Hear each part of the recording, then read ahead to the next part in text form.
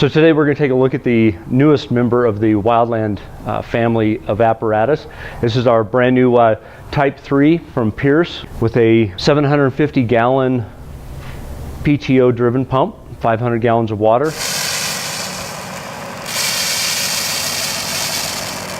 A 250 gallon high pressure secondary pump that we can use for pump and roll. And the advantage of this is on a fast moving grass fire or a fire along the highway, we can open up and pump at about 35 to 120 gallons per minute, depending on how it's set, and put out a fire without ever having to get out of the truck.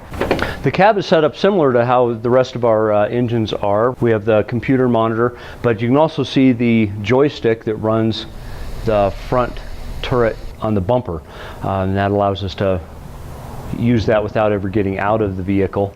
And in the back you can tell that this is different than some of the other apparatus West Metro has, because there are no SCBAs in the seats. This truck is designed for wildland. It's also designed for long distance travel. The truck already this summer has been to 3 fires in Wyoming. We're deployed for 14 days at a time.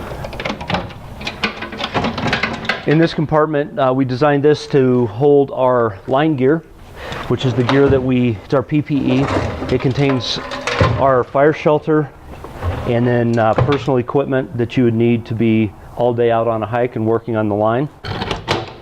In this compartment we have our wildland hand tools ready to go. This is the shovel, the McLeod, Pulaski, an axe, and the combi tool. In this compartment we have a variety of things. We have 2 of our wildland chainsaws and the chainsaw kits that go with it. So that's the fuel and all the stuff that we need to repair a chainsaw in the field. And then we also have back here some backpack pumps that we use for mop up. In this compartment we have our high pressure low volume pumps. There's a couple of different pumps that we carry on wildland equipment. This is the fuel tank for one of the pumps.